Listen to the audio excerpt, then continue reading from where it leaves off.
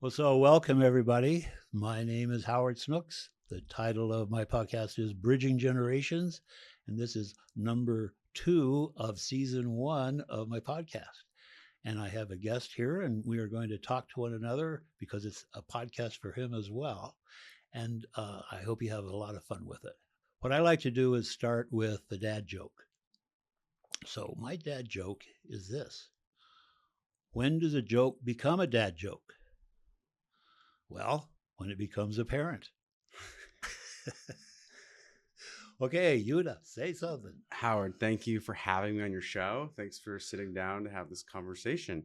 Um, my name is Yehuda HaLevi. I host the Shells and Shadows podcast, also right here in this studio. So it's good to be here. Well, great. Well, so the purpose of I don't know, I want to hear about the purpose of your podcast too. Mine, I called it Bridging Generations because it just seems to me like there's a lot of opportunity for there to be even a hostility, if not a misunderstanding between generations. And I wanted to just do my little bit to see what we can do about improving that. Um, I'm on my Apple news feed. I get this thing called BuzzFeed. And there's this sort of discussion just today about how the way people think about Generation Z. And it was just like it's a bunch of baby boomers like I am. And they're just going on and on about they just don't understand grammar. They don't do this, they don't do that. And, I think that the Generation Z is preparing themselves for their own lives and for their own generation and for the evolution of how society is going to be then. And we can sort of look at it and go, well, I don't know if that'll work or not, but this sort of dissing of it really bothers me. And maybe you could say something about how baby boomers and millennials even are seen by Generation Z. Is 23 Generation Z? Um, Don't I re- don't know. I was I born in guess 2002, so I think that puts me somewhere around there. Yeah, you're around there. I'm definitely not a millennial. So Right, right. I think what it boils down to is, as human beings, we resist change. And as the world is changing, even as someone who's 23, right, I don't have all of this life experience, but I can sense a difference in the world now than what it was 10 years ago, even. And you either adapt to that change, you embrace it as like part of the beauty of life, or you can become resentful of it. And so I've seen both ends of Yeah. people who are in your generation that are super resistant to that and maybe critical of younger generations, or others who are inspired by it and use it as a way to feel young again by living through this generation. You know what I mean? Yeah. Well, I do.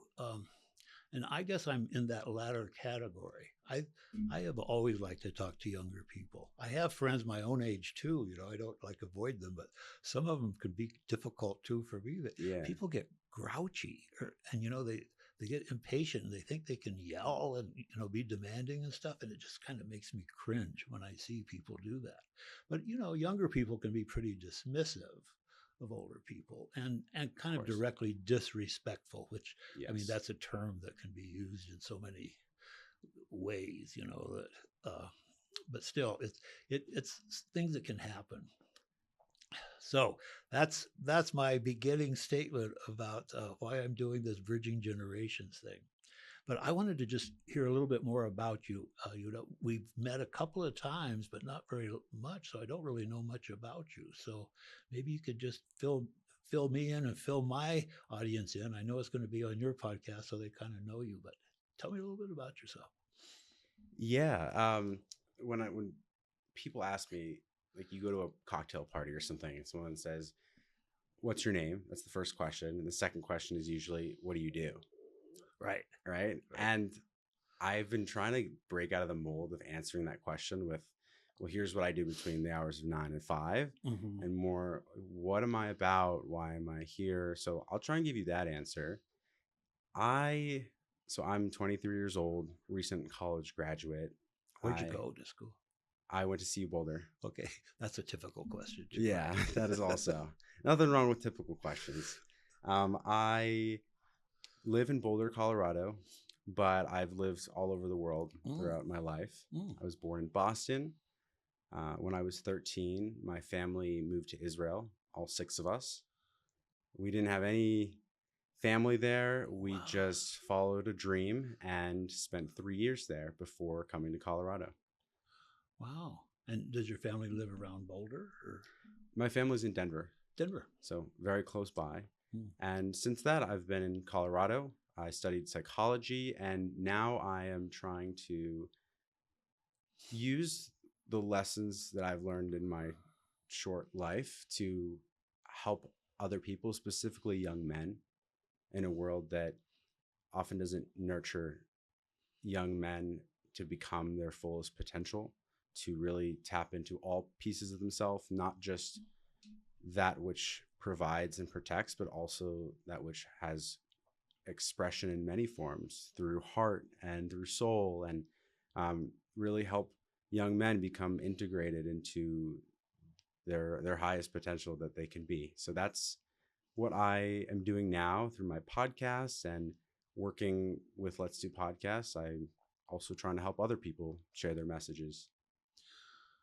So you're in a helping profession, as am I. I was trained as a clinical social worker, um, which is that was what I did, but I reinvented myself. But that really is a powerful statement that you made, I think, about helping young men, because young men have been identified lately as having a lot of difficulty in um, just living in the world. I have a son he's a millennial. He's not a Generation Z, but I see him as well. Um, it's a struggle for him. Dating, he doesn't date very much. He doesn't really go out very much. It's not like that's the thing that he has to do, but there seems to be a loneliness that I see in him, and also in younger men, especially. Is it loneliness something that you see as well? I think it's loneliness. I also think it's because as a collective, as a human collective, as we move, right, we change as a society. We've moved away from rituals and traditions that have really grounded men in the past, through spirituality and through connection to nature. And we haven't quite yet reached a place where we've replaced that with something. The closest I think we've found is fraternities, technology, institutions like universities, things that are important, but don't replace the tribal, primal part of a man that we've Uh, lost in a way. uh-huh.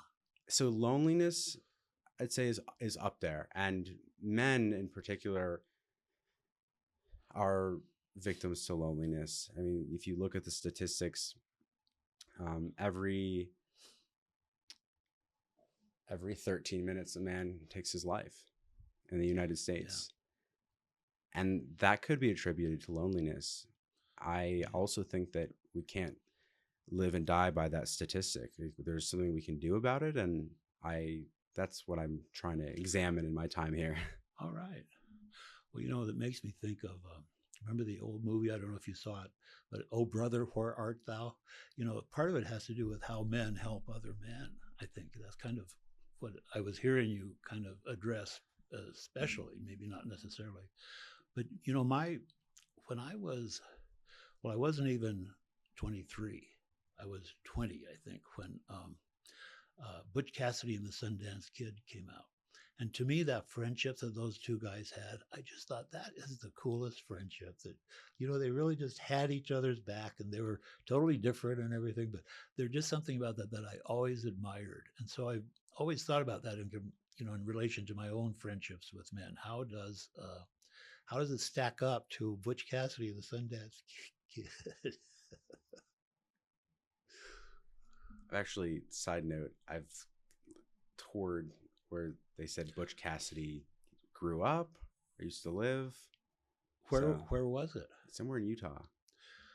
And the famous jumping off the bridge, that's in Durango, which is my Really? hometown. Oh Yeah, so that wow. was really sort of claim to fame for Durango. That's where that was filmed.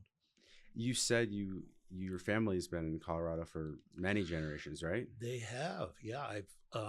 I've actually never met anyone else who has as many ancestors as I have, because I have three different sets of great great great grandparents who came to. Wow. Well, it was before Colorado was a state. It was here in Boulder. North of baseline was Nebraska territory, and south of baseline was Kansas territory. Wow. Until it became its own territory in 1861. So yeah, there's a long history of my family being here for sure. You also said you're a clinical social worker. Yes. I want to hear a little bit about your story, your life. Sure. I shared a little bit about mine. Sure. Yeah, tell me. Okay. Well, here's how I started becoming a clinical social worker. I saw this paperback book in a bookstore, as a used bookstore, and it said Great Cases in Psychoanalysis. And I was in high school when I got it. And I read that, and I was just fascinated by the case studies of these great cases in psychoanalysis. So, and when I grew up, during that time, it was the Great Society era. There was money available for human services and social services to try to encourage people going into those careers, because they were thought to really provide a support system for people so they could grow and be the best selves that they could be. And so there was a lot of professional training available at that time that was, it was, now it's so unaffordable to, go to grass. Yeah, I'm sure you know. But at that time, there was some support. And so after my senior year in high school, there was this program in Sheridan, Wyoming at the VA hospital there, the psychiatric hospital, to try to encourage high school graduates to go into mental health careers. And so I went up. Sheridan's a beautiful little town up in the very north part of Wyoming. And they had this really sophisticated VA hospital there with a nice training program. And so there were 12 of us we were all from Western states, but, I was the only one from Durango. People were from Utah, from Montana, from Nevada, from New Mexico. So we were all there just trying to learn how to be, mental health professionals. And we got people that we got to work with. We got to attend seminars. We got to do, we had one-on-one supervision and got to go to different clinics and stuff. And here's what I found. The write-ups by the clinical social workers were the most interesting. Like, the psychologists had a lot of good information, but it was very clinical and dry. And psychiatrists, like, I have many good friends who are psychiatrists, so I'm not dissing them, but they're very boring reports. But the clinical social workers kind of brought out the person, that was in there, the person and situation that's actually a theme of clinical social work. Person and situation is a part of it. And so it got me thinking, well, maybe I want to be a social worker. And people don't always think of social workers as being, mental health professionals per se, but actually they do provide a lot of mental health services. All right, the question that you had for me. What do you think about your peers, your Generation Z yourself? Like, do you have observations? And I know that they're just can only be generalized questions, or observations, but I'm curious to know what you think. I think that there's certain challenges that my generation has that others haven't had in the age of technology, and growing up with it at such a young age and such crucial states of development. We don't know what that does to a human. I mean, I was fortunate enough to not have any of that around until I didn't have a phone until I was like 13, 14, but like kids have iPads at age 2 now. I think that there's balance in the world, and when a generation is extremely challenged, there's an equal and opposite strength and gift that comes with that naturally. And I've seen it specifically in my community with the Jewish community here in Boulder, when put in a really difficult place after October 7th happened in Israel, and there was just an outbreak of anti-Semitism in our community here. Students under that pressure rose to the occasion, and got involved in advocacy on campus, and there was this spiritual flame that reignited. People were yearning for like soul connection. Mm-hmm. I don't know how to describe it with words. It was beautiful, and it felt like something larger was at play. Even in, like I said, the great challenges, there was an equal and opposite gift and strength that came. So I see my generation, when it matters, rising to the occasion, taking action. And this is just my experience with my community. I'm sure other people my age see that in their circles. I can speak only for myself, Sure. but I feel good about it. I feel good about where we're going. Well, you know, that is so interesting because I was recently in a discussion with, and it was all older people. And it was about social media and its effects on younger people. And these are all mostly parents who were going, oh, I'm glad my children are grown so I don't have to worry about what to do about it. So, but it was all, we have to protect them from all these things. And I was thinking, I mean, I understand about you do have to kind of filter things for children, but are you preparing, don't you have to prepare children for what the world is going to hold for them, not how you wish it was going to stay? Mm-hmm. And so what you're saying kind of encourages me that there's this rising to the occasion, as you say. Like every generation is faced with its challenges. For me, you know, my generation, I say drugs was a big part, and the wars, you know, Mm-hmm. the military was, and we were kind of successful, I think, in a lot of that. But I think, I mean, it's not like drugs don't exist now, of course, but this whole social media thing, I I don't think it's the right idea to try to protect people from social media or protect them from the digital world. Or, and you saw me like just today, I can't figure out what my password is to TikTok. And you're going, oh, don't worry, we'll figure it out. It's just like, and it stresses me out no end to have stuff like that happen. And it's just because I wasn't digitized, I guess, enough, you know, in my younger years. Right. So it's funny you use drugs as an example. That's, I feel like in the 60s, drugs in general were a big thing, and after that as well. But there was using drugs recreationally, and the way that it was being used at that time. I don't think that we knew enough as a people, as we compared to what we know now about drugs may be fun for people, but it's not going to lead to flourishing and fulfillment.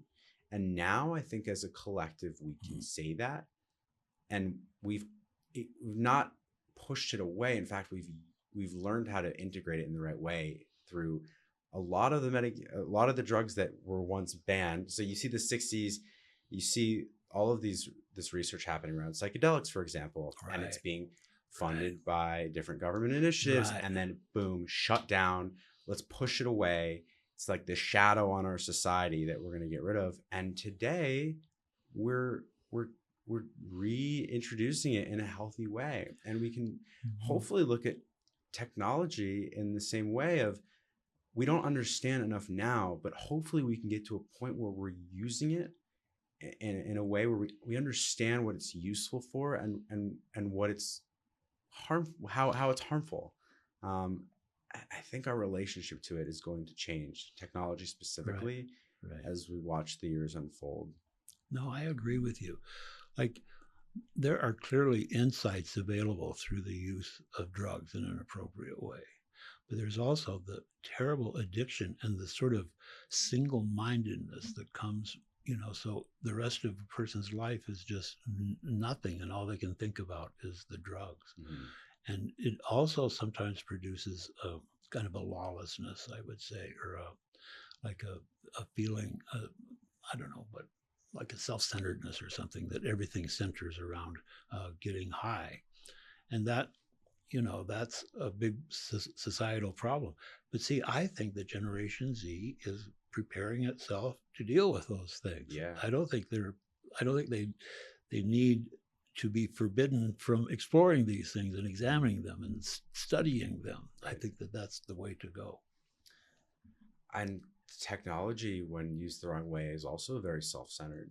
It puts you at the user of your device, at the center of your world, where you can say anything you want. You can look at anything you want, for better or worse. It's all available to you. It's me, and it's not our fault. I mean, we're consuming a product. We're, in a way, our attention is being sold. So it is about us. Can we defy that? Can we have a healthy relationship with it? Can we use it for something that is beneficial towards humanity? Not become addicted to it, but also not push it away. Mm-hmm.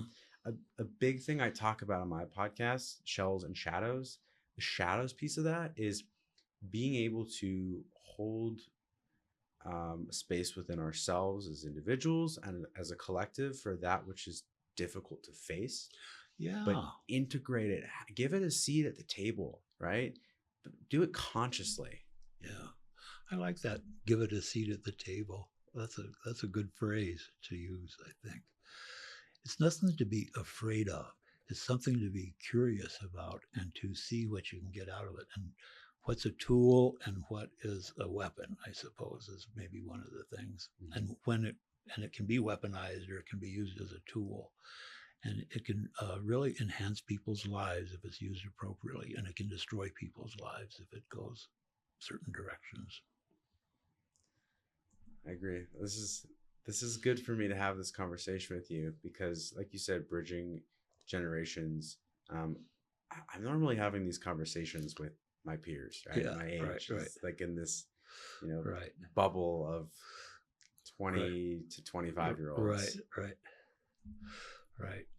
Well, I remember when I was in high school in Durango, some kid moved there from California. Sean was his name. And Sean had smoked pot before. We were just so excited to get to meet Sean and talk to him.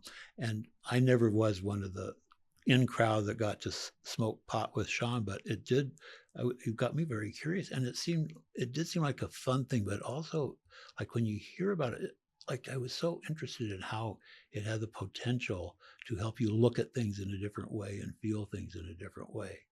That was still within the realm. It wasn't psychotic. It was like an enhancement, or a sort of way of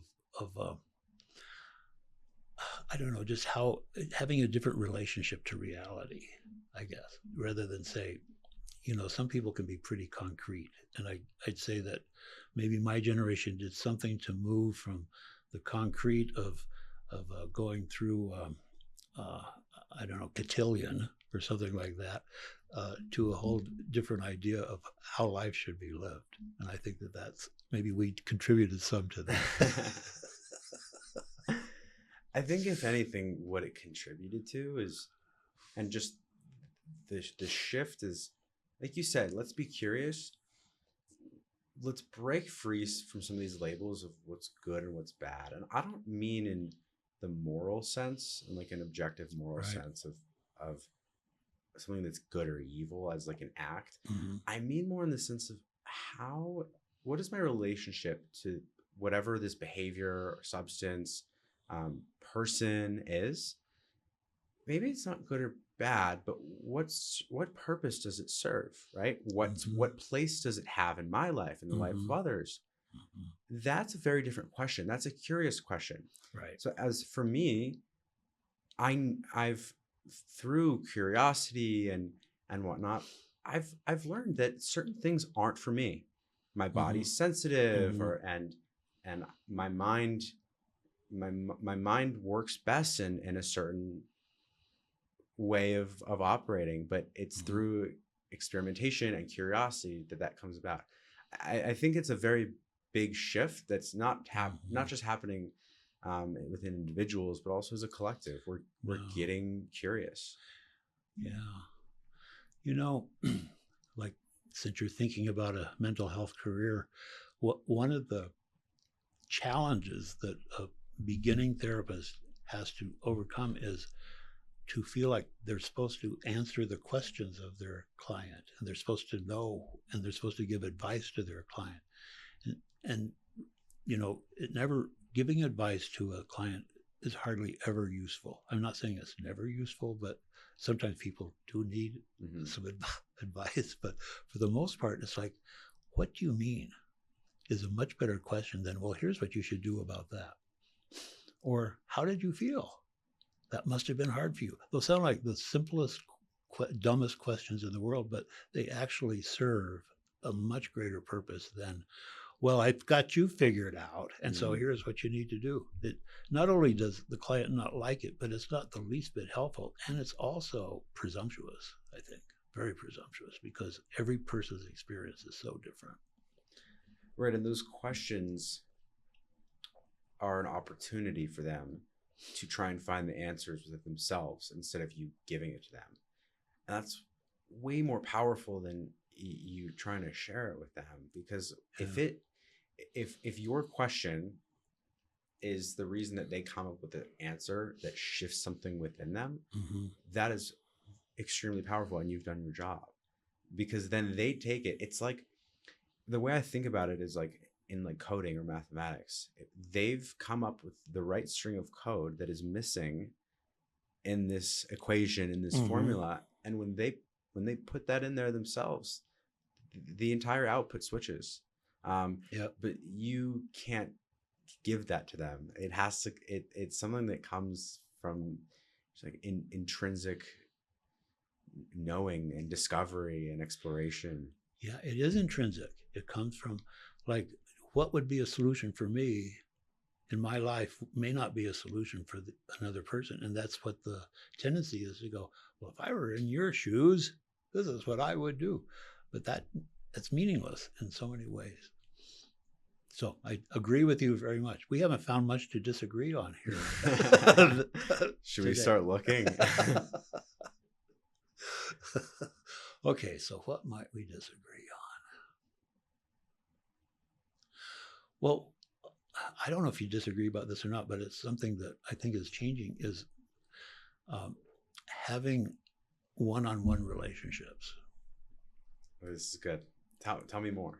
Well, when I was growing up, and certainly when I was thinking about having a partner, I thought, well, I need a girlfriend. I need a partner. I need someone to marry and to have children. And I wasn't thinking of it as traditional. It was just like, that's kind of how it's supposed to be. It wasn't like, this is what good people do.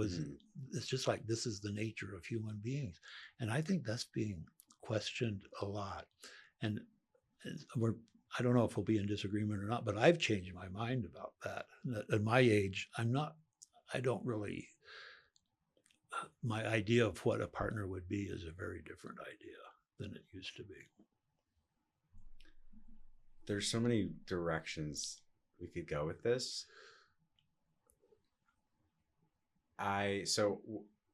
We could get into the discussion of whether monogamy is dead or not. What I think is more important to talk about is the shift in our idea of what a relationship is supposed to be, whether it's monogamous or not, and what we're supposed to achieve, let's say, in being in a relationship. The belief that I feel like a lot of people carry, and everyone is guilty of this, myself included, is pursuing a relationship because you want something out of it. You want to feel good. You want to, and that's not that may work short term, but long term it doesn't. And their divorce rates in the United States are outrageous, and they're extremely high. And so we have to ask ourselves, well, if we're moving away from this traditional idea of what a relationship should be, what wasn't working? And I think what wasn't working is this selfish approach to love. Oh, I want to be in love. I want this bubbly feeling. And like, that's great. That's lovely. Like, we live for that. But asking what am I bringing to the table that a partner would want? If I were dating myself, let's say, if I were on a date with Yehuda, would I be impressed? Would this be someone that I would say, yeah, this is someone that I want to share a life with? This is someone that has a lot to offer. If we can't ask ourselves that, then maybe we're getting into love for the wrong reasons. And so whether or not we can get into the monogamy idea or not, but I think that just the understanding of what a relationship ought to be in its highest form is changing. So what about that feeling of love, that bubbly feeling? What about that? Like, what do you think about what it does mean? If I want to be really boring, I could say it's a bunch of chemicals that happen because we're programmed to survive, and it's yeah. I mean, it's probably the strongest drug there is. I would say that's my opinion. That is serves the purpose of driving us to procreate, and that's me being boring and not Right. poetic or Right. romantic. Well, how about a poetic version? I would say that it's the experience of not only living through yourself, but experiencing life through another as well. Empathy being a part of that? I would say empathy, not in the way that it's thrown around today, but empathy in the sense of not oh, I understand you, you understand me, but in a way, like we are both an expression of love right now. Hmm. If that makes sense. Mm-hmm. That there is no, we are, when you say, oh, I'm in love with someone, well, that groups you in this one thing of love. You are both in a state of love. There is no separation between the two of you. That's not something that I've only experienced in a relationship. I can feel that in spiritual settings when I'm in a circle singing with my brothers on a holiday, and we're chanting and we're drumming, and you feel that, that idea of oneness. But I think as men, it's it's a core experience, like that first love, like that's something that changes you. So I think about it a lot. Do you? Yeah. Huh. Well, how about that? That avatar thing. I see you. What do you think about that? What do you mean? Well, it's like, I don't know. Have you seen any of the Avatar movies? It's A like while ago. Okay, there's a new one out, and I thought it was really. I did not like the second. I loved the first one. Yeah. The second one was just. I was disappointed. The third one, I got excited again. Cool. But there's this sort of "I see you," which is kind of addresses that question of what does it mean to really connect with another person and to have an empathic connection, I suppose. Although empathy, it shouldn't be this way, but it doesn't. It's not a big enough word, I don't think, for what they're trying to convey there. But it's somehow I have joined in your experience of the world, and yours, my joining you has enhanced me and has enhanced you and has made something different. I became very cynical about this falling in love because I fell in love with my wife, and look what happened, and that she definitely did not have the same feeling for me that I had for her, and I thought she did. So you can be fooled by that sort of thing. But I still, like, in my, inside myself, I still feel there's something to that feeling of being in love. And it maybe does impact whether a relationship is monogamous or not. I'm not saying that it is. I'm just thinking about that. Yeah, the I see you, you see me. It is very powerful. I think that's what has driven men, especially, to the highest heights and the lowest lows. If you look at some of the most influential and successful men, poets, politicians, inventors, and anyone of Rumi is one of my favorites. Yeah, a lot of successful men in the world have had their muse, like the woman in their life that has been, giving them this part, especially as like a masculine man, that having this feminine counterpart in our life, it's like this wholeness, right? Oh. And it can drive you to do great things in the world. It can be the spark in your life that, again, even old guys want to get it on when a nice woman comes in the room, because Everybody notices. everybody notices, and Yeah. it drives you. And I think there's a beauty in channeling that. I think that can come in a monogamous relationship. I've seen it. I haven't been in a marriage, so I don't know what it looks like down the road in my own experience, but I've seen it in other people, and how people can grow together and grow in new ways. Yeah. And then divorce happens. That's Yeah. thud. Things just sort of, Yeah. whoa, it just crashes. And was it ethereal? Was it meaningless? Was it just this bubble that really meant nothing? Or Tell me your take. I wanna hear your take. well, I don't know if I can tell you my take on it, because I am very curious about it now. The whole meaning, what love means, is something I've been really struggling with. And I don't mean in a bad way. I've been struggling with, like, what does that mean? Because I was so fooled. Mm-hmm.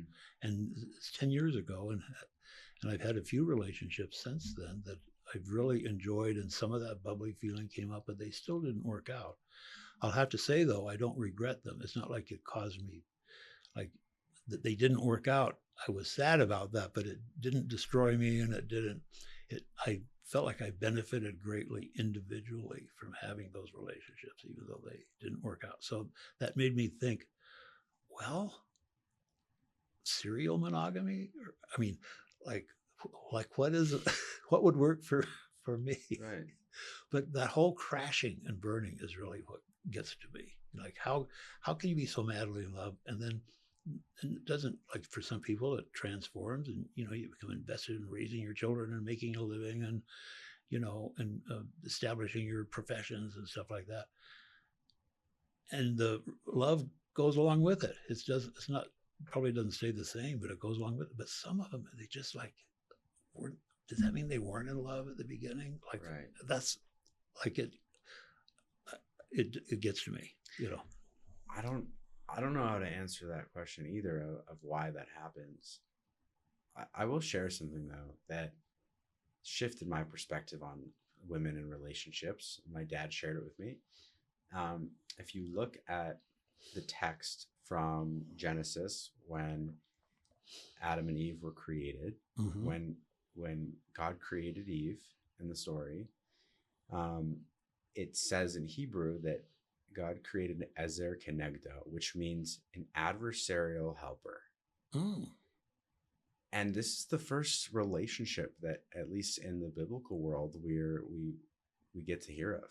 And how is it described? As ezer, which means helper, kenegdo, against him. And that challenges, like, this, like, bubbly love that you see in Hollywood. Yeah. That it's not this perfect romance that lasts forever. It can and it should be, but sometimes and often it's not. And what can you find in that if there's not that, chemical romance? And that is someone who is creating friction against you to help you grow. And it's helpful, right? Like, you two help one another, but there is friction, there is tension. I have a girlfriend, and it's not always sunshine and rainbows. She triggers the hell out of me, and I trigger her too. Mm. But then it gives me an opportunity to say, well, okay, what am I not looking at within myself that she's bringing out in me? How am I being called to level up here when something doesn't go my way, and I get all angry and macho? Mm-hmm. Like, what am I looking for that I'm not getting here? And can I find that within myself before we say, okay, let's call it quits? Like, how can I do everything in my power to listen to the signals that she's evoking in me before I say, yeah, this isn't going to work? And having that curiosity has helped us overcome a lot of different Mhm. challenges. Mhm. So it's that, again, that adversarial helper, that friction. It's not pretty all the time, right? Well, and then like there's this word in Spanish called tranquilo, you know, be calm. Hmm. And that's when you were talking, I could see you were getting like the emotions were coming up. And I Yeah. thought, now, does he need to calm down? Is that what he needs to do? Or does he need to like be curious about why he's so upset? Or does he need to express his upsetness? Like, like what does a person do when somebody does something that really bugs you, that you're really close to, that bugs the hell out of you? What is that supposed to mean? Um, and you are in that position, I guess, kind of not. I guess you don't know really what you're supposed to do either. What do you end up usually doing? So I'll give a very personal example. Okay.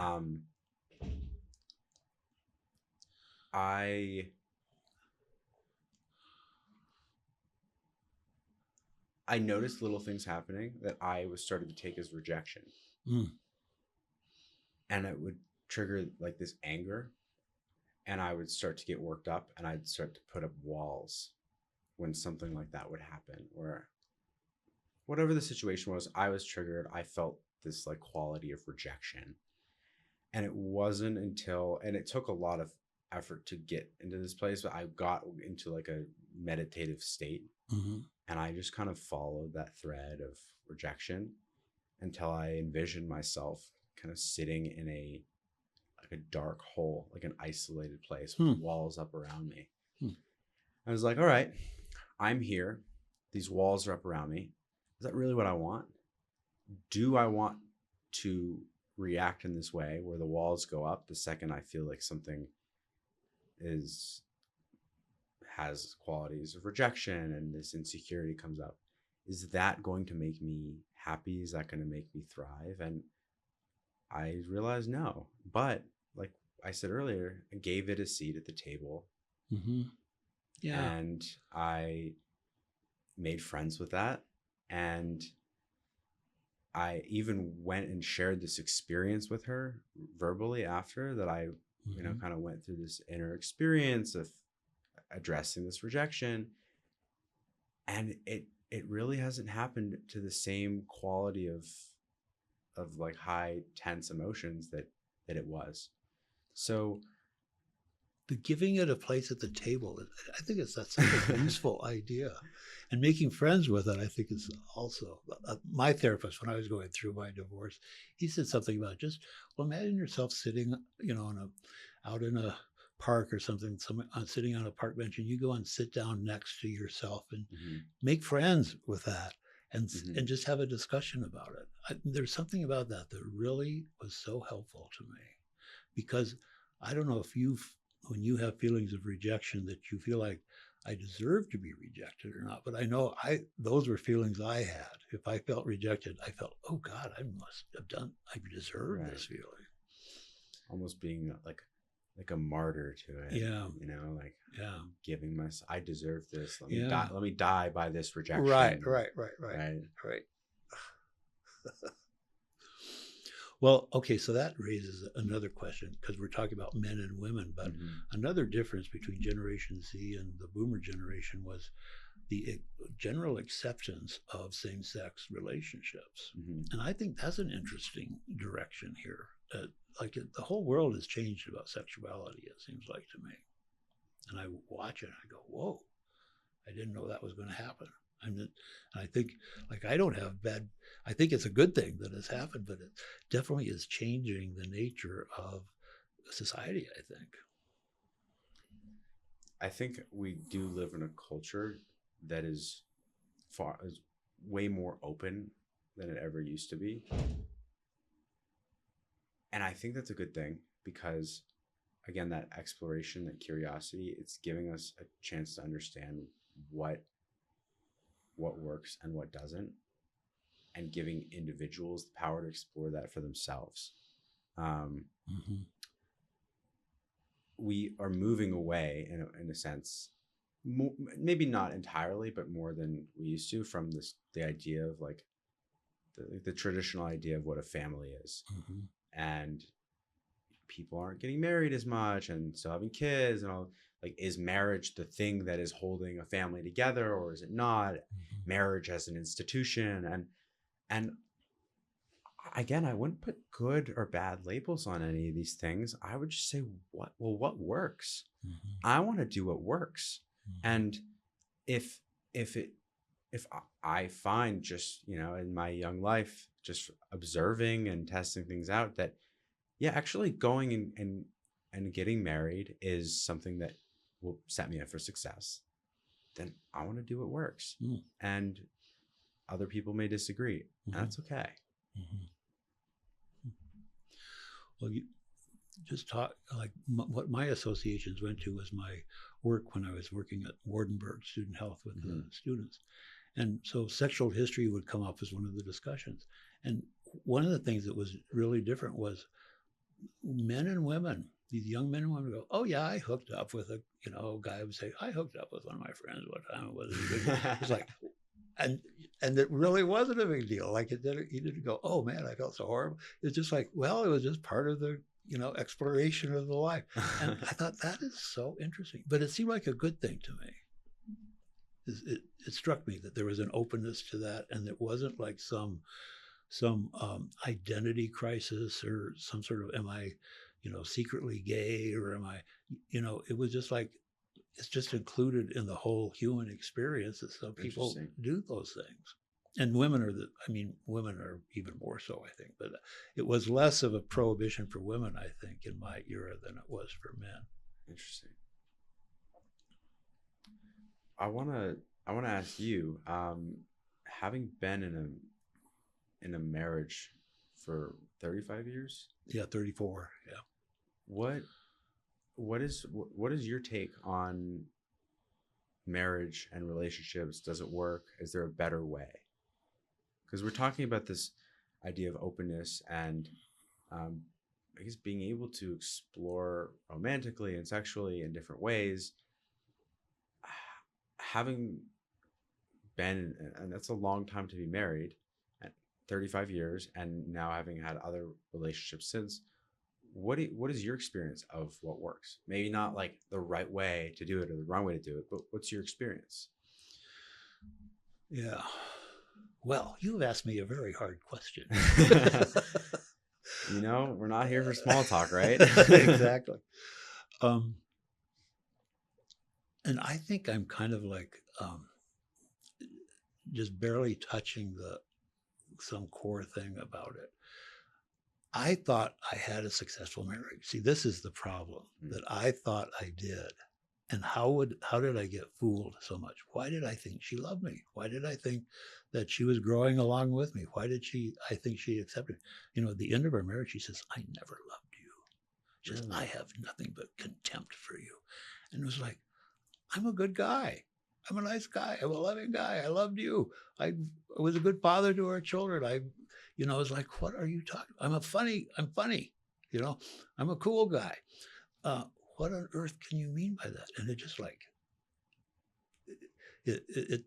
so I guess I would say, if you have a marriage where there is contempt, or if you're in a relationship where contempt enters, there's something deadly about it. There has to be respect.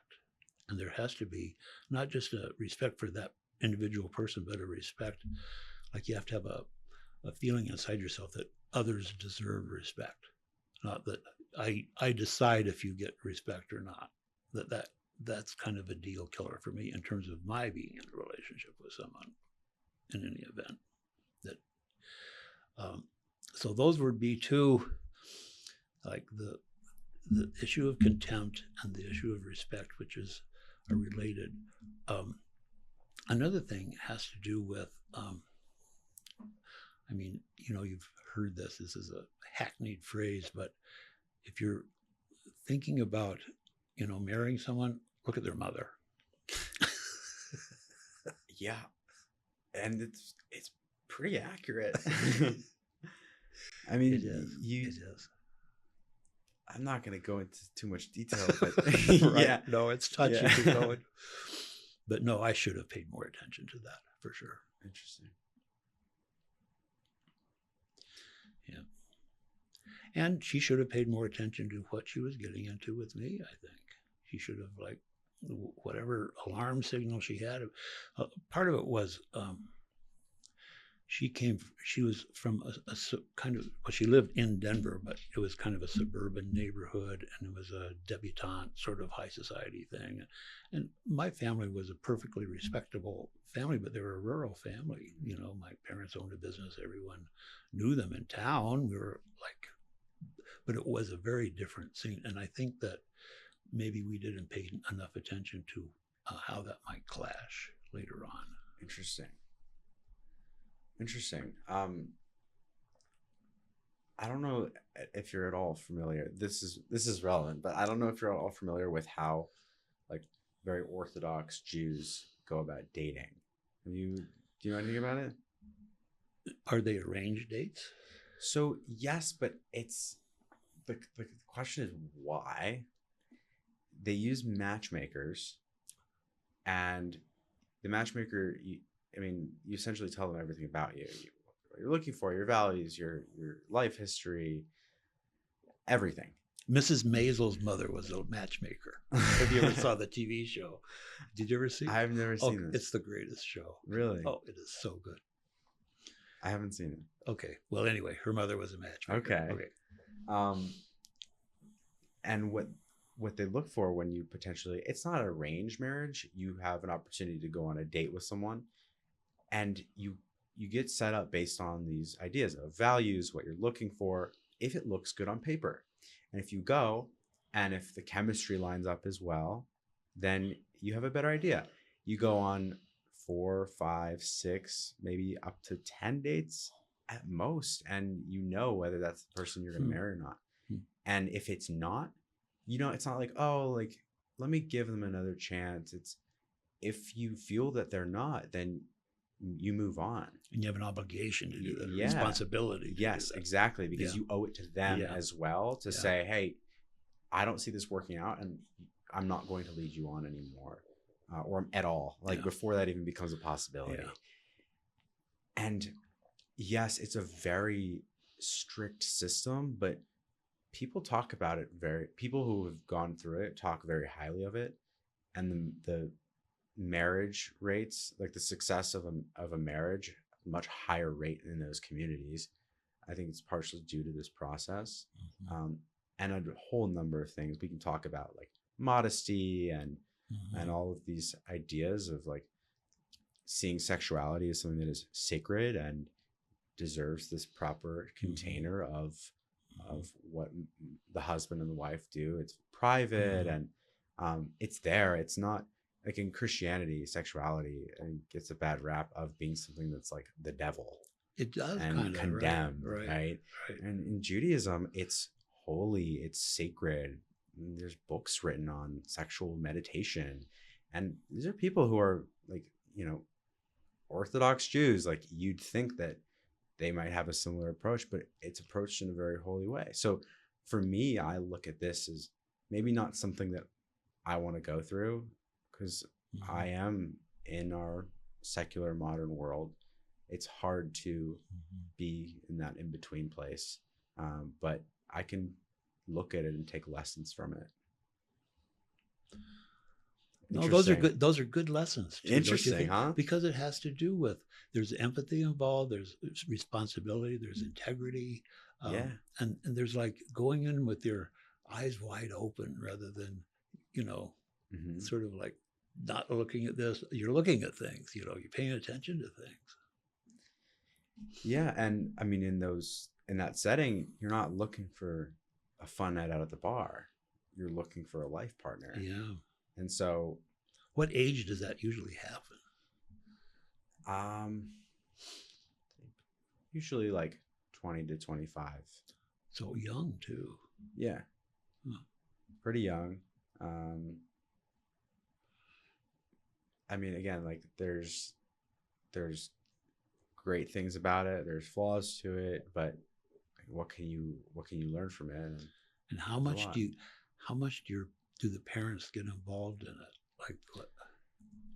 I think nowadays it's not this, like, idea of an arranged marriage where, like, the parents decide. Right. There's a lot more like freedom and agency to it as like an individual, young man, young woman. Not as much of like the fathers meeting up. Have you Right. seen Fiddler on the Roof? Yeah, oh yeah. Sure. Yeah. So it's not like, Right. going over and making a deal with her father. Although I love that movie. Oh yeah. um, Do you there's love me is one of the big questions, yeah, Yeah. yeah, and I'd say that these days that is that the idea of love is new to our world. That wasn't being asked so much Mm-hmm. a long time ago. I mean, you feel like even in your generation that we share that in common between our two generations, that before us, like in Fiddler in the Roof, it wasn't about love as much as it was it makes sense. Oh, he's just a baker, right? We Oh, can't right. we can't have our daughter marrying the baker's son. It was like that. Not do we love each other? Yeah. Well, my grandparents, my mother's parents, her parents really disapproved of my grandfather. And he was it had nothing to do with him. He was this really great guy. But he had an uncle, or a great uncle, who murdered someone. And it was one of those shoot 'em up, like Western shoot 'em up things. He was found not guilty. And it was like he was accused of rustling this guy's cattle, and that was just like this old Wild West scene. And so her parents were totally opposed, but she did it anyway. When she turned 18, just a couple of days after she turned 18, they got married. So there was love there, it was a pretty strong tradition. And my grandmother left the Catholic Church. She just Wow. she just totally turned away. Although they maintained a relationship later on with the families. They didn't stay estranged for a while, forever, but they did for a while. You've heard the like love finds a way. You heard that before. Mm-hmm. It's like I said, it's the most powerful drug on earth. Drives people towards success and towards madness.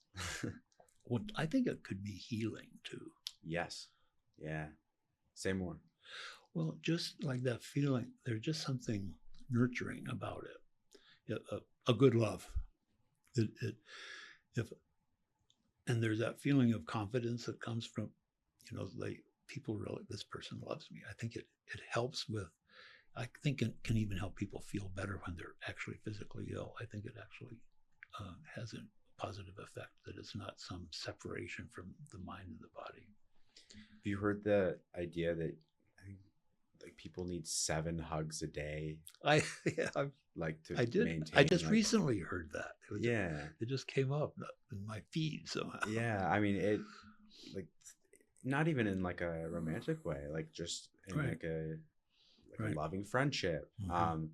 It's healing. I'm usually surrounded by a ton of people. Like I live with a roommate and my girlfriend's always here.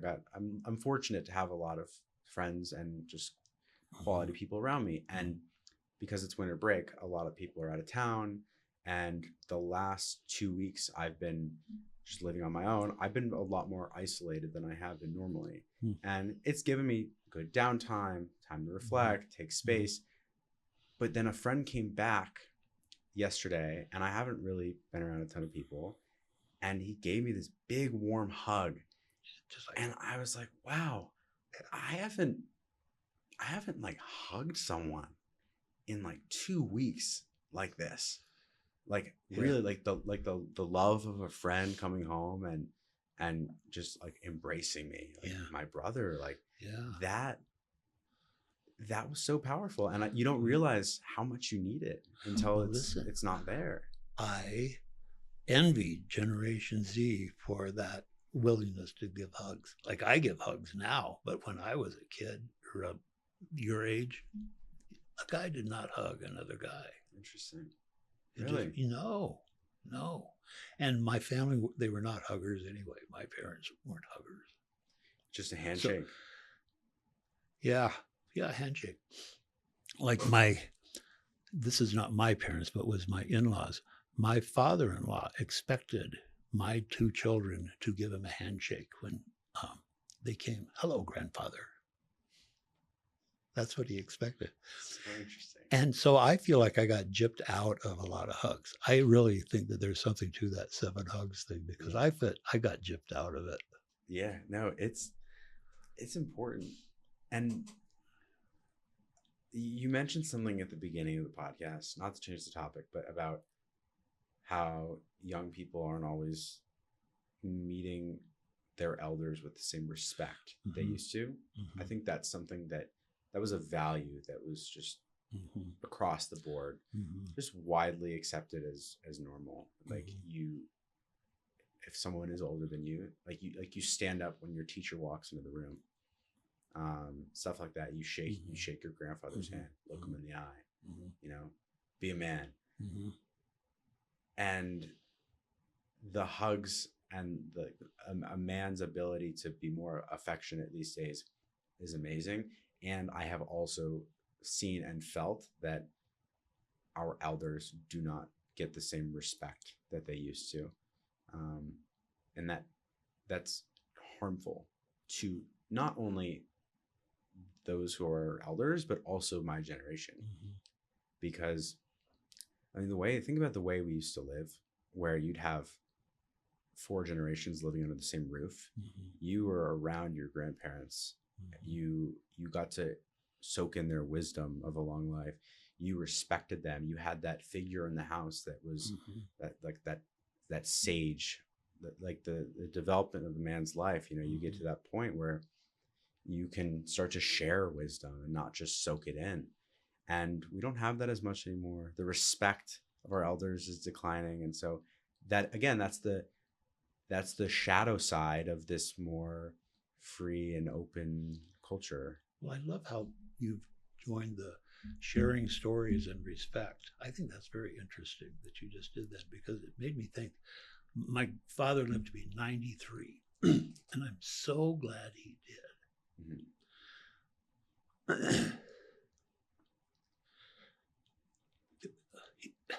Excuse me. He never talked about himself. He was in World War II. He was injured in World War II. He had a sniper shot him in the shoulder when he was crossing the bridge at Remagen, which is a pretty famous battle that they had. I knew he had the wound. I knew he had that, but I never heard a word about it. I never heard stories of him growing up. He never said a word about it until he turned about 90. And then he started telling us the story. They were just so amazing to hear them. Wow. And he started hugging. Really? Yep. What changed? Like some people get bitter when they get old. He softened up somehow. He was a kind of a harsh father when I was younger, and a strict father, and didn't put up with any guff whatsoever. And so, I don't know. Well, I think one thing that happened was my younger sister was gay, and it sort of forced him to rethink some things. I don't know if that was the only thing. He and my mother maintained a lovely relationship. She lived to be 90. So, they were married 68 years. They'd actually went to high school together, although they didn't date until they were in their 20s. I think my dad was 22 and my mom was 21, which was old for that time to get married. But they had a good marriage, and I think somehow it matured and grew, and it became more lush somehow as time went on. But so at the age of 76 that I'm able to give hugs, I've made some progress. And you guys, have made a lot of progress. I like how you talked about your father, because I'm watching my father open up as well. Is your father in his 50s, 60s? Yeah, he's 53. And he is becoming, not in a bad way, he's becoming such a soft person. He's like still the man of the house, but he carries a great love with him that is that warmth, that let me give you a hug, that Mm. I'm willing to cry, I'm willing to show my emotions. And I've watched, I mean, he wasn't the same way when I was younger. My little brother's 13. Mm. So, Wow. yeah. So he's experienced, like, it's a very different kind of father-son relationship. I'm lucky to get to experience that now and watch my dad while I'm 23, right? I'm, you know, almost fully developed in my Yeah. brain, and Yeah, but you he's still need a growing. dad, as you've noticed. Yeah, and Yeah. and he's growing like with me, Yeah. and that ability to, you know, open up and be real as a man, especially from someone like your father. I mean, you got to experience that too, and it's important. It's important. Yeah. There's in Judaism, we talk about two kinds of love. You got chesed, which is loving kindness, right? Mhm. It's just pure, just unbounded love. And then you have gevura, which is love through discipline. It's that typical father who's going to discipline his child and whip him in shape, but it's out of love, right? As men, we have to be able to tap into both. It's not just that the woman does one and the man does the other. As both men and women, to move between the two of unbounded love and love that is contained with boundaries. So important. It really is. Well, I feel like we're kind of coming to an end of our discussion. I agree. Yeah. This has been a wonderful discussion. I agree. Like I said, I feel like my generation isn't as in touch as they ought to be with those who came before them.